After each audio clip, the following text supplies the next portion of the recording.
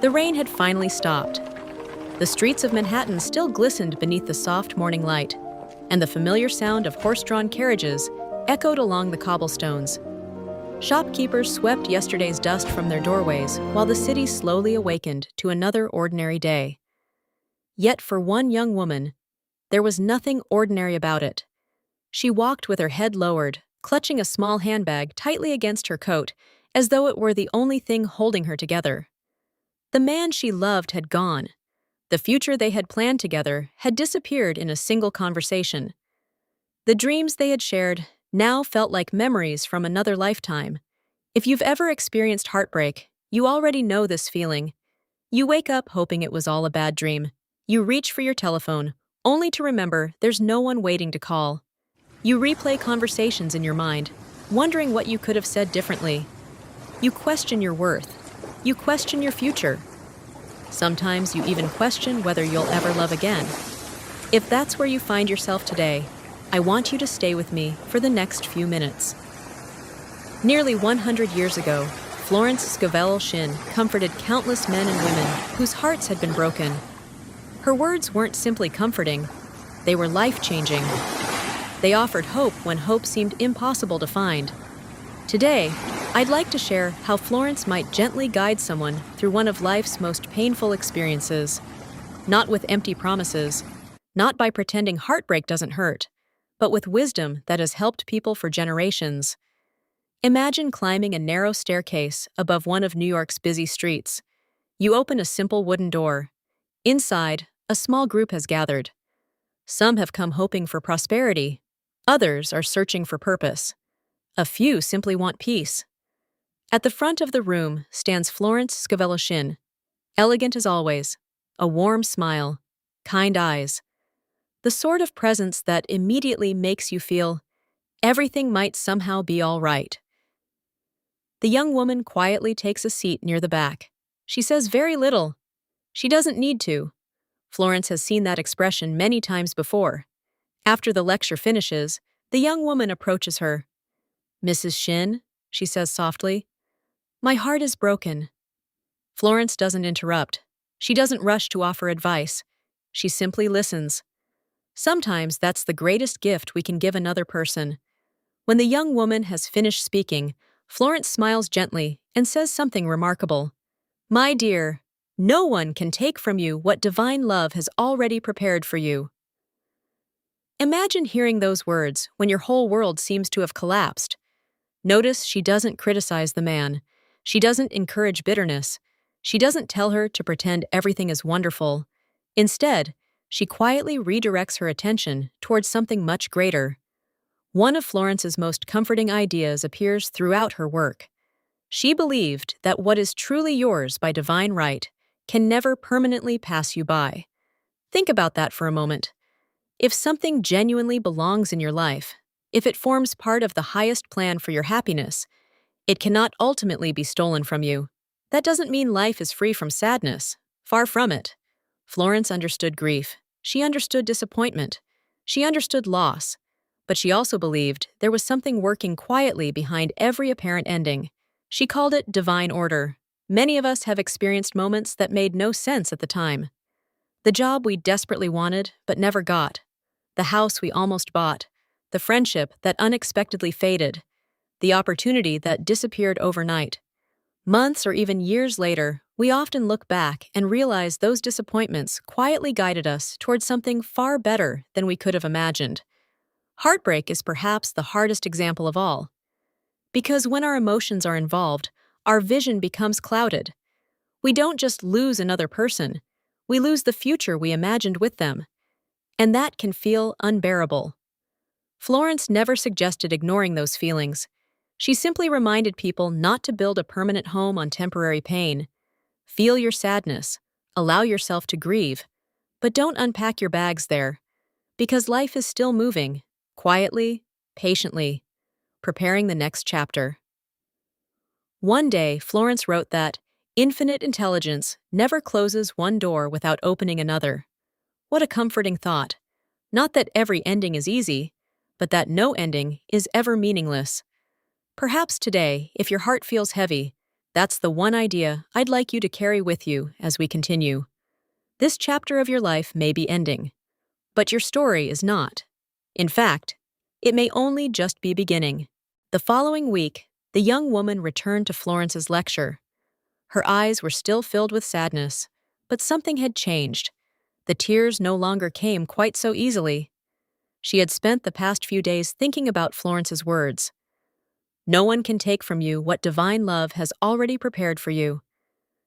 But what if he was the one? She asked quietly after the meeting. What if I've lost the only person I'll ever truly love? Florence smiled kindly. My dear, she replied, if he truly were the one, he could not be taken from you. Those words may sound almost impossible to accept when your heart is broken. Yet they contain one of Florence's most profound teachings. She believed that life was governed by divine order rather than human fear. We spend so much of our lives trying to holding on to relationships, holding on to memories, holding on to people who have already chosen a different path. But have you ever noticed something? The tighter we cling to what is slipping away, the more exhausted we become. It's like trying to hold water in your hands. The harder you squeeze, the faster it escapes. Florence had often reminded her audiences that fear creates resistance, and resistance keeps us trapped in yesterday. Now, let me make something very clear. Releasing someone doesn't mean you stop loving them overnight. It doesn't mean you pretend they never mattered. It doesn't mean your memories suddenly disappear. It simply means you stop fighting reality. Healing begins the moment you stop arguing with what has already happened. That may be one of the hardest lessons any of us will ever learn. Yet it's also one of the most freeing. One of Florence's favorite affirmations was, "Infinite intelligence gives me the right person in divine order." Notice what she didn't say. She didn't insist on one particular individual. She trusted that if someone truly belonged in her life, life itself would arrange the meeting. That takes enormous faith, especially when our emotions are telling us to hold on.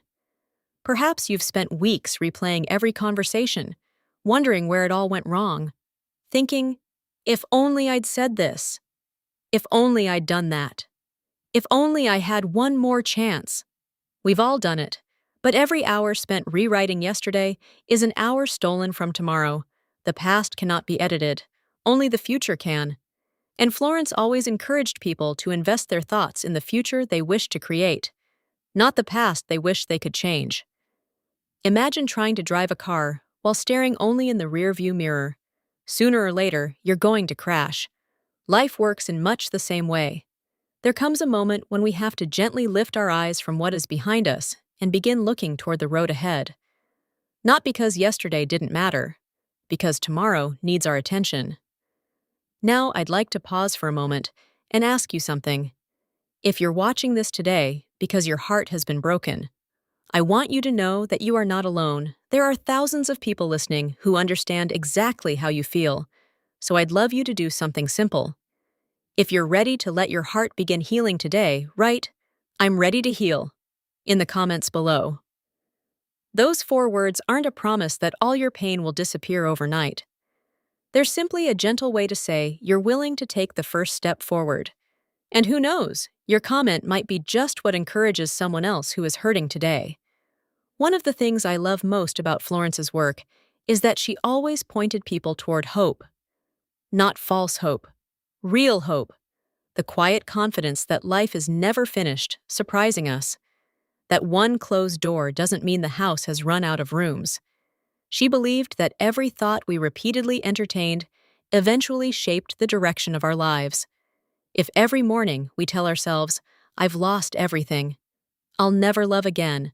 No one will ever want me," our minds quietly begin accepting those words as instructions. Florence would gently encourage us to replace those thoughts with something far kinder. Not because we're pretending, but because we're preparing. Preparing for peace, preparing for joy, preparing for whatever beautiful chapter life is quietly writing behind the scenes. She understood something that many people still overlook today. The heart heals far more quickly when it is given hope. And hope begins the moment we believe our best days have not already happened. Perhaps They're still waiting patiently ahead. As the weeks passed, the young woman continued attending Florence's lectures. She still thought about the man she had loved. There were mornings when the sadness returned unexpectedly. A familiar song, a particular street, a restaurant they had once visited together. Healing, Florence knew, was never a straight line. Some days would feel easier than others. But little by little, something remarkable began to happen. The young woman stopped asking, "Why did this happen to me?" Instead, she found herself asking, "What is life trying to teach me?" That single change of perspective quietly transformed everything.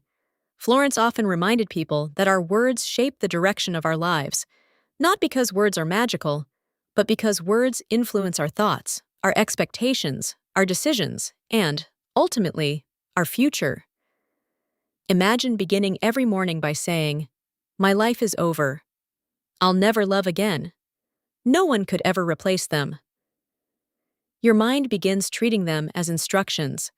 Florence encouraged people to speak words that created hope rather than despair. She wasn't asking anyone to deny their feelings. She was asking them not to imprison themselves with them.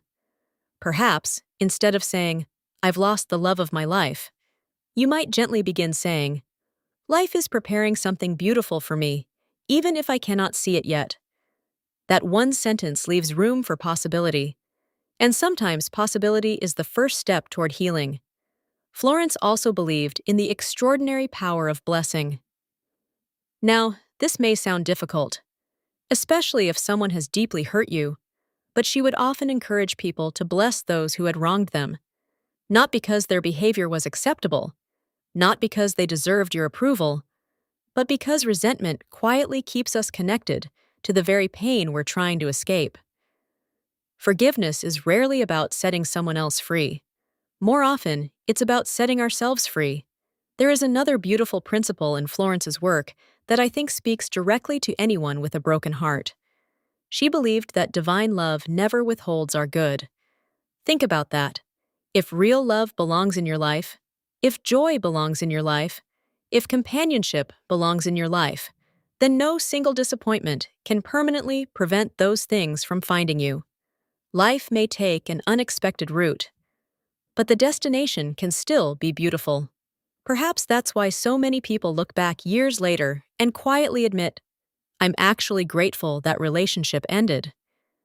Not because it didn't hurt, it did, but because it eventually led them somewhere they never would have discovered otherwise. Sometimes we can only connect the dots by looking backwards. Florence understood that long before it became fashionable to say it. And so, before we finish today, I'd like to leave you with one final thought. If your heart is hurting at this very moment, if you're wondering whether you'll ever smile quite the same way again, please remember this. Sometimes the person who broke your heart didn't ruin your story. They simply finished their chapter. Your story is still being written. There are people you haven't met yet, places you haven't visited, moments of laughter you haven't experienced, opportunities you cannot yet imagine, and yes, perhaps even a love greater than the one you believe you've lost. Florence never asked people to place their faith in another person. She asked them to place their faith in divine order, to believe that life was always moving them toward their highest good, even when the path seemed confusing. If you've enjoyed today's message and you'd like to explore these principles in greater depth, I'd love to recommend a book by Keith Everett called The Manifestation Code. In it, Keith brings together the timeless wisdom of Florence Scovel Shinn with the law of attraction and the law of assumption in a simple, practical way that's designed for modern life. If that sounds helpful, you'll find a link in the description below. And if today's message brought you even a little comfort, please consider subscribing to the channel. There are many more of Florence's timeless lessons to explore together, and I'd love to have you join us on the journey. Until next time, take care of your heart, be gentle with yourself, and remember, the right love never needs to be chased. It arrives in its own perfect time. Thank you for watching.